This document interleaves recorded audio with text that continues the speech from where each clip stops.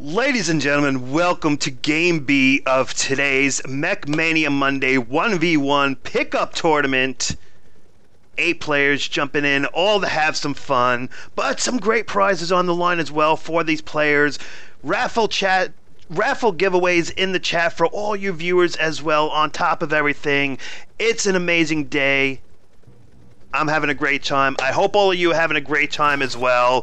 Folks, we are starting Game B right here. We are on Chasm once again. Chasm for all preliminary matches. We've got OP love going out to all by MinerGuy. And have fun. Great sportsmanship. I give this guy extra credit points for that right there. But folks, quick introductions here. We have in the upper left-hand side lllooolll10.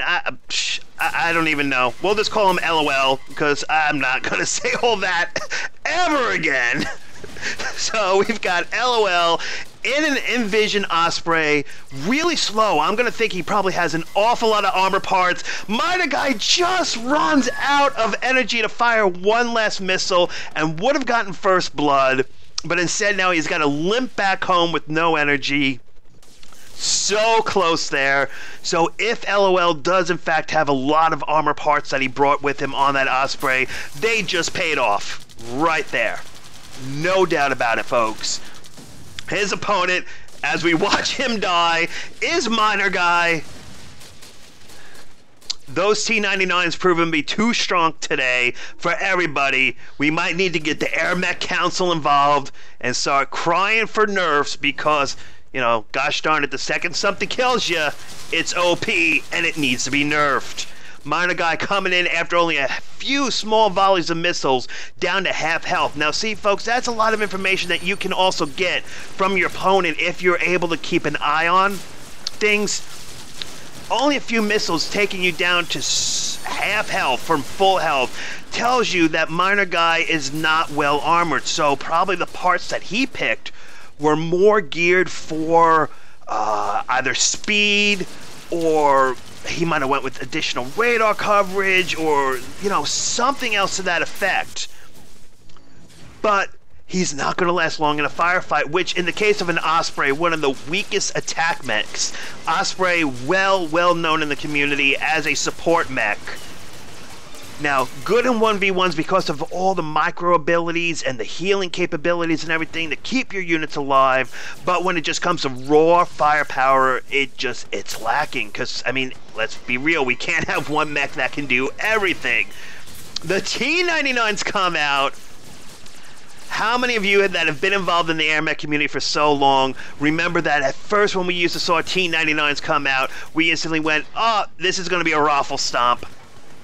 And then I think it was Tangy that used it in one of the Carbon-sponsored tournaments, and suddenly everyone went from saying, you know, T99 is a joke to, holy cow, T99 is unbelievably amazing. And ever since that tournament, T99s have really seen the light of day in the metas, and even as they're continually to be changed and nerfed and everything, you still see them all the time. MinerGuy's so low on health, but he still gets out of there, laying down that artillery. Now, this artillery could spell a lot of trouble for LOL. He does have those patchers. He is an Osprey healing unit, but if he's ever distracted or he's killed, where MinerGuy can get in there and maybe take out some of those patchers, or at least not have the healing support of that Osprey, things could change really fast. That patcher, man, running to his death. Did you see that, folks? He moved it out of the way just a little bit, and that patcher just ran. I don't know, maybe he needed to go to the grocery store, you know. Maybe his wife is pregnant, she's demanding some chocolates. I don't know. Maybe Kappa got involved and said, you know, hey, you can't die, you're a patcher, and, you know, they actually believed it. Who's to say? Not me for sure. But LOL pushing in, and that roller, even with the changes in the nerfs, still is able to provide a great damage sponge soak, and poor MinerGuy has lost virtually everything. That roller still leading the charge, taking all the shots, but it's given all these tanks a chance to move in. MinerGuy trying to respond, trying to save his units. There is death and destruction on both sides, but LOL clearly coming out on top on this. Just look at the upkeep, folks. 20-7. MinerGuy going down to the Seeker. He stays down too long. This outpost goes neutral, and this is starting to look really, really good for LOL. He's going to get this outpost under control. At this point now, MinerGuy is restricted to this one factory up in the top, and otherwise, he's completely cut off from the rest of the map. Rest of the map control completely under LOL's jurisdiction. And on a map like Chasm, it's really hard. Now, you do have a lot of blind spots. This is LOL's radar coverage right here. MinerGuy can come up along this way here and come in this way and kind of do a surprise attack on LOL's close power station, essentially just base trade it off if he can find an opening.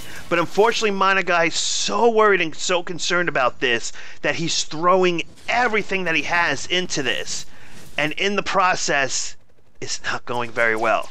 Now, he did at least get it neutralized. He is trying to take it back. The only problem is even if he gets those creeps in, there are so many Geminis surrounding this outpost, and Geminis are absolutely lethal at neutralizing outposts.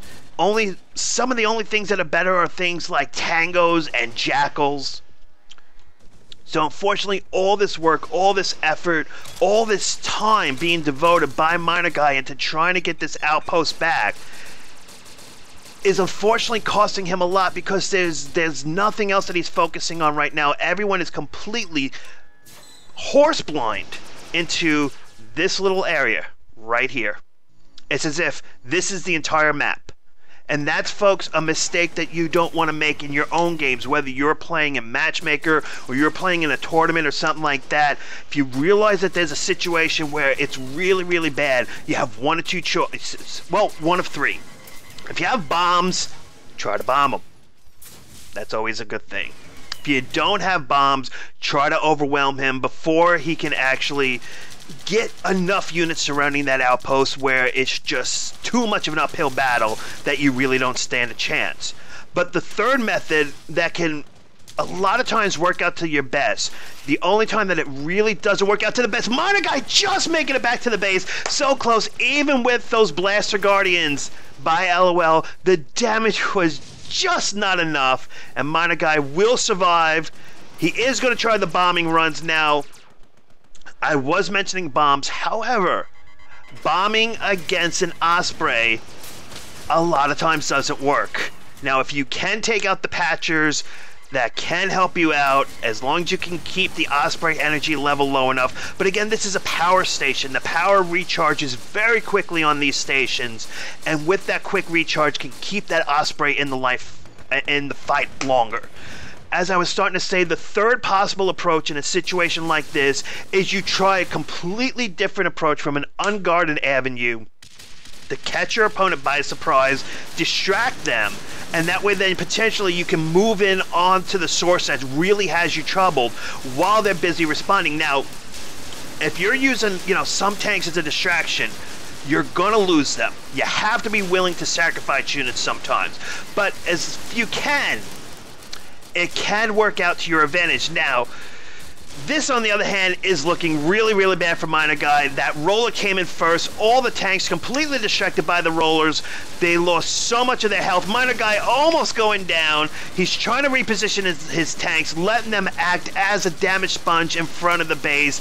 Not as much damage is happening. LOL making a big mistake right here. He's keeping all of his units clumped up right here. But, folks, all around here, there's absolutely nothing defending this fortress. He is an Osprey, one of the carry mechs in the game. First blood finally happens at 8 minutes and 15 seconds into the game. Very long first blood, and with that death, that will secure LOL the win, and he will get the move on to the semifinals. MinerGuy putting up one hell of a fight, folks, so show some OP love in the chat for MinerGuy. He did a great job, but in the end, it is LOL that will come out on top, will get the move on. Folks, that was Game B. We have so much more action to come. So sit tight, don't go anywhere. Insane Fire is doing all sorts of great giveaways in the chat. And we'll be right back with Game C. Folks, you're watching OPTV.